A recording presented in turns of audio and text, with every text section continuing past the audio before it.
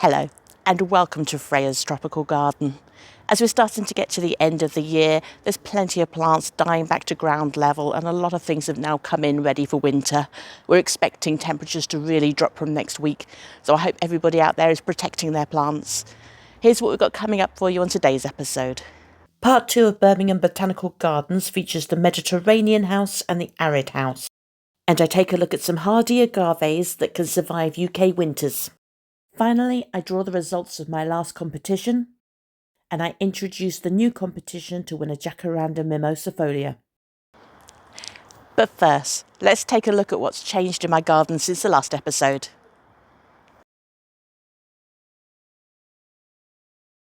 We are now in mid-November, and despite some cooler nights and plenty of rain, temperatures have still been quite mild on the whole.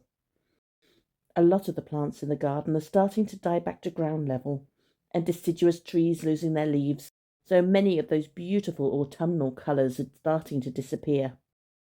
There are still a few, however, like this Acer palmatum, which is just starting to change colour. A lot of my flowering plants haven't been doing as well this year, largely due to the stress of being dug up.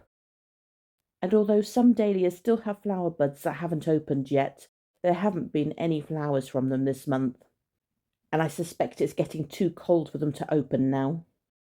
My Salvia amistad is flowering well, although nothing like it would have done in the ground, but it will continue to flower until the first frosts.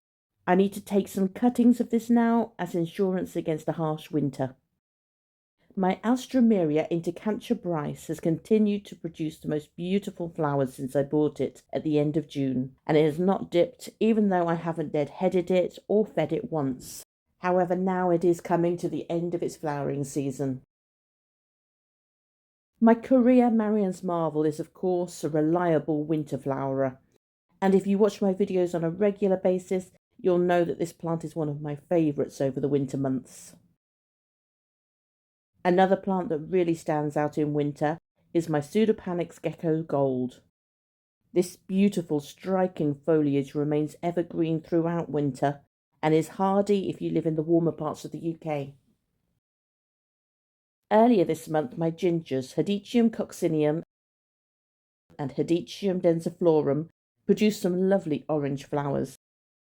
These plants are starting to die back to ground level now. But unusually, my self-seeded variety of Crocosmia has sent up a very late flower, which is likely to be a result of the impaired flowering earlier in the year due to being dug up. Although my Crocosmia have all survived being dug up, it did cause a lot of the foliage to die back and had to regrow from the corms, therefore much of it didn't flower this year. I thought I'd take this opportunity to update you on how my plants have fared since being dug up earlier in the year. For those of you who are new to my channel or missed earlier updates, I found out early this year that I would have to move, so began undertaking this massive job of digging up the whole garden. Most of the plants that were dormant for winter I tried to dig up first before they started their active growth. The plant I was most worried about was my Cordyline australis. From my understanding, this is a plant which is very difficult to move, as damage to the taproot would likely kill it. One source suggested that plants over 6 foot tall would not be likely to survive, and even then it would be months before I find out if it's made it. I have 3 Cordyline australis, and one is well over 6 foot, so I have not attempted to dig it up. The second is approximately 6 foot, so I did attempt it, trying to get as much of the root ball as possible. It didn't come up with very much root, so I wasn't hopeful. I removed almost all of its leaves to reduce stress, and several months on, the Cordyline is growing new leaves and has even developed a new growth head. I take this as a good sign that my plant is recovering. I also dug up my smaller Cordyline Red Star and similarly removed most of its leaves. This too is looking much better now.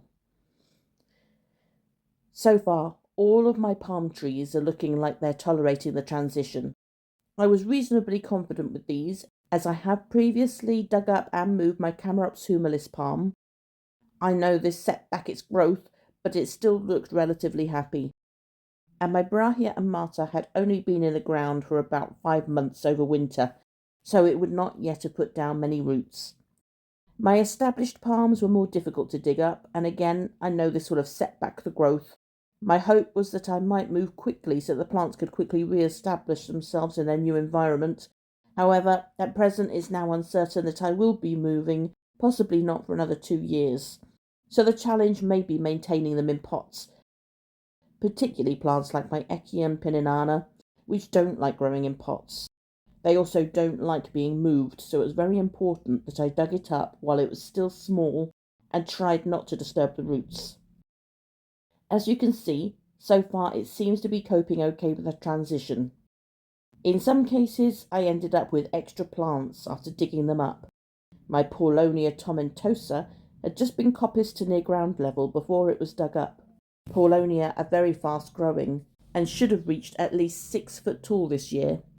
Instead, it did not grow tall, but developed several new stems, which I hope will grow better next year. In addition, a new Paulownia grew from the remaining roots in the ground and has reached around 4 foot tall now. While the one I dug up has lost its leaves for winter, the new plant is currently still growing strong. Several other plants also propagated, including Colocasia pink china, Persicaria red dragon, Brunova variegata, although it is the reverted, unvariegated part of the plant which is growing, Hedychium coccineum, and my zingiber varieties of ginger were coming up like weeds. Cannas, voodoo lilies, and even Melianthus major. I actually became quite excited discovering new plants each week. I also discovered long-lost plants that were presumed dead. My pink cordyline, which hadn't grown for over a year, put up new pink shoots after competing plants were removed. And while digging up one of my beds, I discovered my Brugmansia, or angel's trumpet, still alive under the soil level, so I potted it up and it started to grow. Not all has ended well, however, as my Tetrapanix papyritha is looking very dead, with its trunk all shriveled. This is a plant that often sends pups up like weeds, particularly if the roots are disturbed, so I am hoping something will grow in spring, either from the base or from the location where I dug it up. I do still have my Tetrapanix steroidal giant, however, and this has some pups which I will separate next year. My other potential casualty has been my olive tree, Olea europea, which very quickly went into distress, and I lost all its leaves. I took cuttings, but none of them rooted. This plant is very drought tolerant and can lose its leaves in times of severe drought, so for now I've placed it under shelter and I will wait to see if it can generate new leaves in spring. The wood still appears green, suggesting the tree is alive, so I hope for the best. On the whole, my garden has coped with being dug up much better than I might have expected. It remains to be seen if they will cope with life in pots, which can dry out much faster in summer and get more damp in winter. The roots will likely be more exposed to the cold winter temperatures, so plants that are normally hardy in my garden may struggle more than usual. So for now, I will move many of them closer to the house to give them some extra shelter and heat, and hope that come spring they all make it through.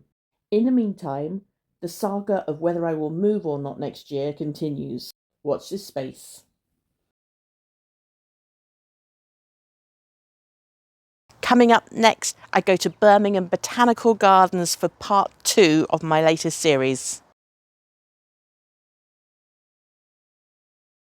I visited Birmingham Botanical Gardens, which is located 1 mile from the city centre. In part 1, we looked at the outdoor gardens, as well as the Japanese courtyard garden and the bonsai collection. Next time, we'll look closer at the subtropical glasshouse and the tropical glasshouse.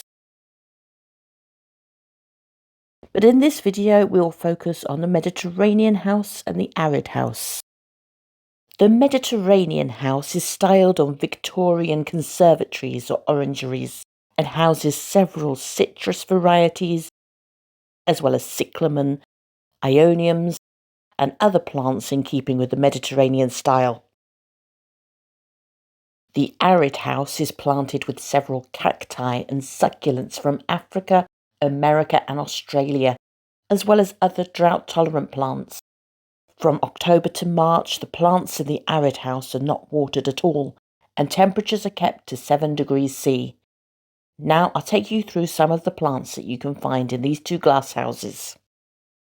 Citrus Paradisi Wheeny is also known as the Wheeny grapefruit, producing fruit with a lemon flavour. The tree is vigorous and productive with leaves that are longer than most grapefruit trees. It grows best in full sun, slightly acidic to neutral soil, and needs protection from winter frosts. Citrus reticulata is the tree that produces the mandarin orange. It's a moderately sized tree with thorns and shiny green leaves. It's best grown in pots in a location that receives full sun and in well-draining soil and regular feed once a month. Bring indoors over the winter months. Citrus Medica grows the citron fruit, which has been used for centuries for its antioxidant, anti-inflammatory and antimicrobial properties. It produces a large fruit with thick rind resembling a large rough lemon. Like other citrus, it requires full sun and winter protection. This Echium hybrid appears to be a form of Echium candicans, which is a smaller, multi-stemmed variety, producing plenty of flower heads in summer. They grow best in alkaline to neutral soil in full sun, and can survive winters down to -5 degrees C. Sparmannia Africana is commonly known as African hemp and is a flowering plant native to South Africa and Madagascar. It's an evergreen shrub that can grow up to 3 to 6 meters tall. It will not tolerate any frost, but can be grown outdoors in summer or as a houseplant or in a conservatory over winter. Aeoniums are commonly known as the tree house leek and are succulents that store water in their leaves and stems, so they need very little water. They are native to the Canary Islands and North Africa and make excellent low-maintenance houseplants. Allowing the soil to dry out will make the colours more vibrant. Aeoniums are monocarpic, meaning they die after flowering, but they are easy to propagate from cuttings. Veltheimia Capensis is a stunning flowering plant native to South Africa. Rosettes of wavy-edged leaves grow up to around 1/2 meter tall with vibrant pink flowers. It grows best in full sun but will tolerate shade. It can be grown in pots and moved under glass in winter as it will not cope with more than a couple of hours of light frost. Fuchsia Arborescens is commonly known as the tree fuchsia and is native to Central America. It is a tender shrub producing beautiful pink-purple flowers in summer. It grows best in loam-based soil in full or part sun and may survive winters outdoors in warmer areas of the UK. Pachycereus Pringlei is commonly called the Mexican giant cactus and is native to northwest Mexico. It can grow up to 10 meters tall, but has been known to reach heights of 18 meters with a lifespan of up to 1,000 years and prefers lots of sun and heat.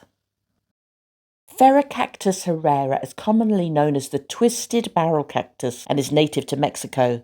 Reaching up to 2 meters in height, it produces vibrant yellow-red flowers from summer to early autumn. Care should be taken to avoid it getting wet when it's in full sun, as this can burn it, and it can tolerate a light frost if kept dry. Ferocactus Gracilis is known as the fire barrel cactus and originates from Mexico. It gets its name from the flame-red spines and beautiful red funnel-shaped flowers which it produces in early summer. It's best overwintered indoors, although it can tolerate temperatures down to -5 if kept dry. Echinocactus Grusonii is also known as the golden barrel cactus and is native to Mexico. It is rare and endangered in its natural environment, where it grows in rich volcanic soil and sometimes at high altitudes. They are very easy to grow, with overwatering being the biggest risk. Agave Tequilana is commonly known as the blue Weber agave or tequila agave. Native to Mexico, it is the base ingredient of tequila. It can grow to around 2 meters tall with fleshy blue-grey leaves. It prefers full sun and can withstand -6 degrees C if kept dry. Aloe Ankoberensis is a succulent shrub native to Ethiopia. In its natural environment, it grows hanging down cliffs and at elevations of up to 3,500 meters. It can grow 6 meters long, with leaves up to 18 centimeters long. As with other succulents, it should be watered infrequently and not at all over winter. Aloe Saponaria is commonly known as the soap aloe and is native to South Africa. Leaves range in colour from red to green, but always have the distinctive H-shaped spots. It can take full sun, but will look healthier with some afternoon shade. Beaucarnea Recurvata is commonly known as the ponytail palm and is a succulent more closely related to agaves than palm trees. It grows well as a houseplant, preferring bright indirect light, low humidity, and infrequent watering. Dasylirion Wheeleri is commonly known as the desert spoonflower and is native to Mexico and the United States. Related to Beaucarnea, it is a succulent which grows best in full sun or tolerates some shade and grows well in coastal areas. Although not hardy, it can be brought indoors over winter. Dracaena Draco is commonly known as the dragon tree and is native to the Canary Islands. It can grow up to 15 meters tall, although growth is slow. It grows best in full sun and a sheltered position, and as it is also a succulent, it will require very little water. Encephalartos Natalensis is also known as the giant cycad and is native to South Africa. It can grow up to a height of 6 meters and is fast growing, preferring full sun and well-draining soil. Although it can tolerate light frost, it's best brought into a cool conservatory over winter. Opuntia Elatior is commonly known as the red-flowering prickly pear and is a cactus native to the Caribbean, Costa Rica and Venezuela. It can be grown indoors as a houseplant with direct sunlight and can survive temperatures of -4 degrees C if kept dry. Mammillaria Magnimamma is often called the Mexican pincushion and is a clump-forming cactus native to Mexico. It can grow up to 0.5 meter high and with a 1 meter spread, and prefers neutral sandy or loam-based soil. Pachycereus Pringlei is a cactus known as the Old Man of the Andes, native to Argentina and Bolivia. It is a slow-growing cactus which branches out from the base and can reach 50 centimeters tall. It grows best in full sun, slightly acidic soil, and can survive down to -5 degrees C if kept dry. Cyphostemma carorii is a succulent tree commonly known as coba or butter tree. Native to Africa, its long trunks are covered with papery peeling bark, while large fleshy leaves preserve water. Grown indoors, it requires bright, direct sunlight and a hot, dry environment, allowing soil to dry out completely between waterings. Espostua lanata is a cactus often known as the cotton ball cactus. It grows naturally on the slopes of the Andes Mountains from Ecuador to Peru. The warm, woolly coat helps to protect it at high altitudes, although it will only tolerate -3 degrees C if kept dry. Howwerthia attenuata striata is a South African succulent related to aloes. Commonly called the zebra cactus due to its distinctive markings, it makes a good houseplant, preferring bright light but not all-day sun and neutral soil. Strelitzia Mandela's gold is a yellow-flowered variety of the plant known as the bird of paradise, native to South Africa. It is an easy-to-grow plant which does well in a container, particularly when grown in bright conservatory, and likes to be root-bound to promote flowering.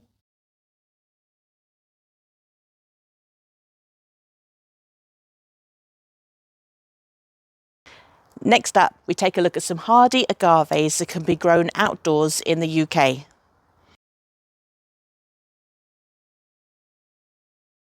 Agave is a genus of around 200 spiky, fleshy-leaved succulents, forming rosettes, often with spines along the margins and tip of the leaves. They're part of the Asparaceae family, which also includes yuccas, hostas, Dracaena, and Chlorophytum, as well as the asparagus. They're native to the arid and semi-arid regions of America, particularly Mexico and the Caribbean. The name agave comes from the Greek word for noble, probably due to the tall flower spikes that many agaves produce, and they're commonly known as the American aloe, which, although there are similarities in appearance, are not part of the same plant family. Agaves are monocarpic, meaning that they only flower once in their life cycle before dying, although they can live for many years and reach a great size before this happens. And many varieties will produce several pups from the base of the plant, particularly if grown in pots. Agaves grow best in full sun and are very drought tolerant. Although they're not normally considered hardy, there are several varieties of agave which can survive winter outdoors in the UK, with some surviving very low temperatures. However, the main factor that will determine whether they survive a UK winter outdoors often isn't the temperature, but how dry you're able to keep them. If grown in pots, they can be moved into an unheated greenhouse, conservatory, or shed. However, if they're in the ground, they should be planted in a raised bed or sloping bed so that the rainwater runs away from the plant rapidly and prevents the soil becoming damp. A makeshift shelter can be created to help keep them dry, such as by attaching a clear plastic roof to 4 wooden stakes, leaving the sides clear to allow airflow.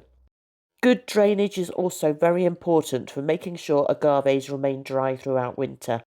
Horticultural grit can be added to the potting mix, ideally with some perlite in the ratio 50 to 25 to 25, to create a free draining mix and do not water throughout the winter months. There can be huge variability between individual plants, with reports from some UK growers of more success growing varieties not normally considered particularly hardy than with other varieties that might be expected to thrive in the UK. So if you are new to growing agaves outdoors, you might prefer to play it safe for the first couple of years as your plant gets bigger and stronger and produces pups which you can keep as backups if you do lose your main plant. But as a rough guide, here are a few varieties of agave which are generally considered to be hardy in the UK if kept dry. Agave montana is commonly known as the mountain agave, as it grows in the mountainous regions of Mexico, where it can often get exposed to both cold and damp conditions. It's believed to be able to survive down to at least -10 degrees C, and is often therefore the first choice for growing outdoors in the UK. It can grow up to around 1.5 meters in height and spread, although it is slow growing. Agave filifera is a compact, medium-sized agave with narrow, pointed leaves, and over time will develop a short, woody trunk. It is commonly known as the thread agave due to the white fibres that form at the edge of its leaves. Its flower spike can reach an impressive 2.5 meters in height. It's considered hardy down to around -8 degrees C, although there are reports of them surviving temperatures as low as -14 degrees C.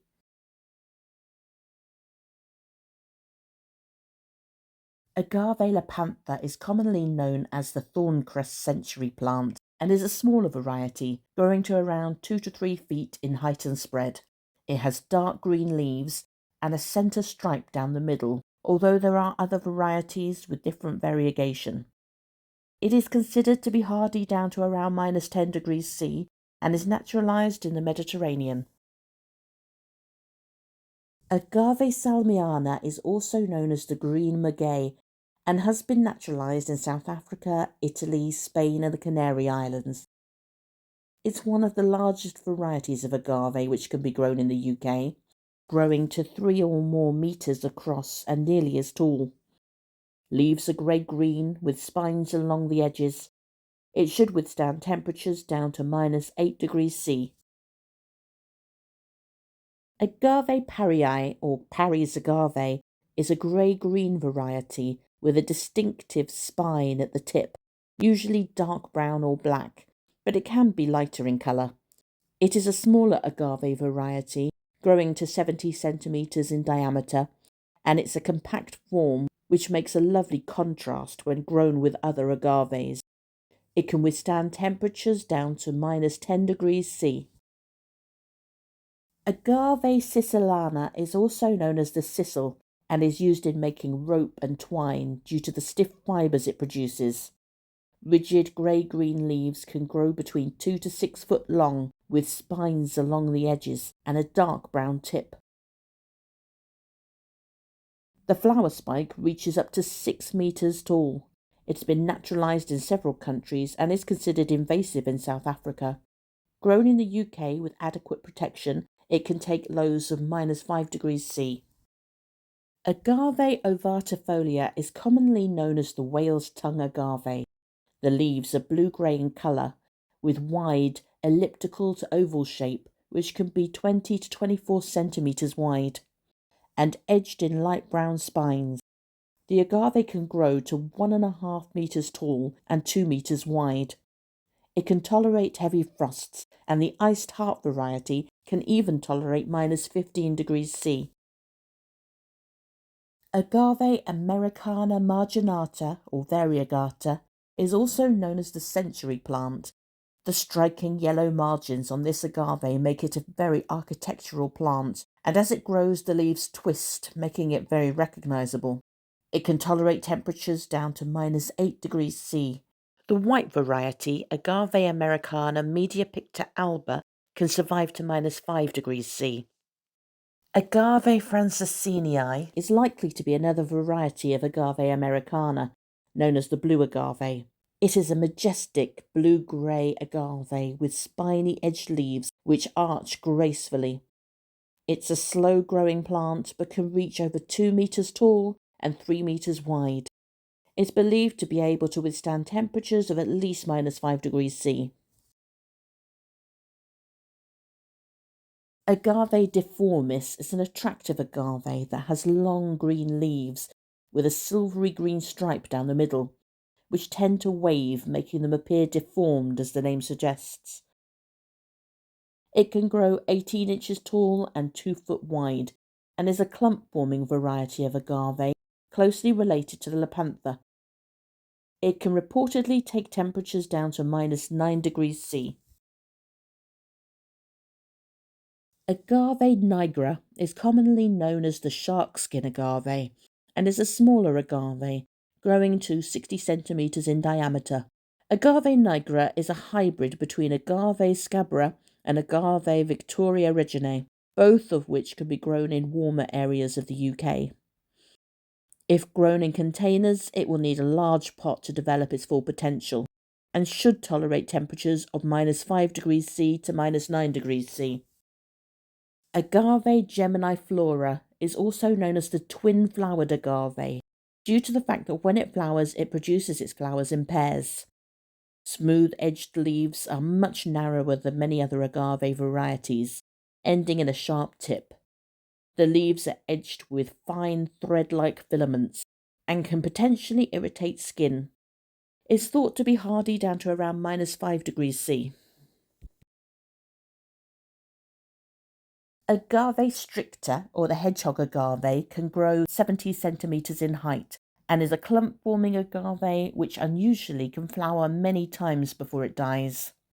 The long-toothed leaves are tipped with a sharp spine and can become reddish in colour during the summer months. Although not the hardiest variety here, it's thought to withstand temperatures of -4 degrees C, with some reports of it surviving much colder temperatures. Although this is not an exhaustive list and there are other varieties of agave which are considered hardy in the UK, hopefully some of the plants I've talked about here have inspired you if you're planning to grow agaves outdoors. Of course, UK winters can be very unpredictable at times, which is always the challenge of growing tropical plants. But with the right care and the right plants, agaves can be grown outdoors in the UK.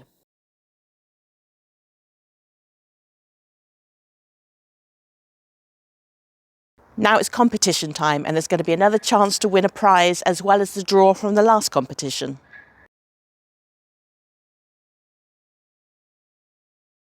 Last month I announced my competition to win canna seeds from my garden.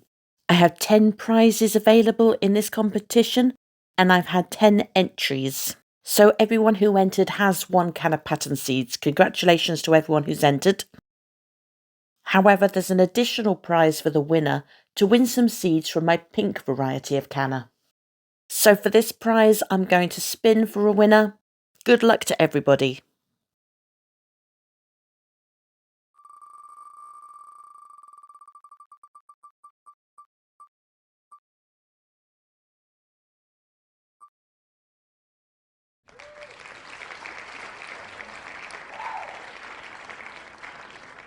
And congratulations to Martin Wood for winning the pink canna seeds as well. Please can all winners email me at freyastropicalgarden@gmail.com and send me your postal details so that I can send the seeds to you. And if you didn't get a chance to enter this competition, I do still have some seeds available on eBay, and my next competition is coming up now.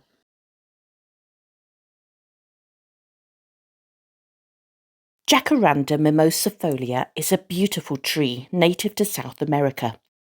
It produces gorgeous purple flowers, although it rarely flowers in the UK, where it's more often grown for its stunning foliage. It's reported to be able to take temperatures down to -7 for a short time, but generally should be brought indoors once temperatures fall below 5 degrees. I have a young plant to give away to one competition winner. All you have to do to enter is subscribe to this channel if you're not already, and comment on this video to confirm that you live in the UK. The competition will close on Friday the 13th of December at midnight, and the winner will be drawn in the next episode of Freya's Tropical Garden. Best of luck to everyone who enters. Well, that's all we've got time for today. I hope you've enjoyed this episode, and I'll see you again next time on Freya's Tropical Garden. If you're enjoying the content of Freya's Tropical Garden, then please help this channel grow by subscribing. Every new subscriber is appreciated, and by turning on notifications to my videos, you can also make sure that you don't miss any episodes in future. You can also follow me on social media, where I'll release links to my latest videos, as well as share my flower of the day. You can follow me on X, Instagram, Threads, Facebook, or join my Facebook group to engage in discussions and share your own photos. Freya's Tropical Garden webpage also has links to my videos and helpful advice. And now, in order to support the continued growth of this channel, there is an option of becoming a member, which will give you access to a private Facebook group where I'll be running monthly competitions exclusively for members, as well as additional exclusive content. And as always, I welcome your feedback in the comments below.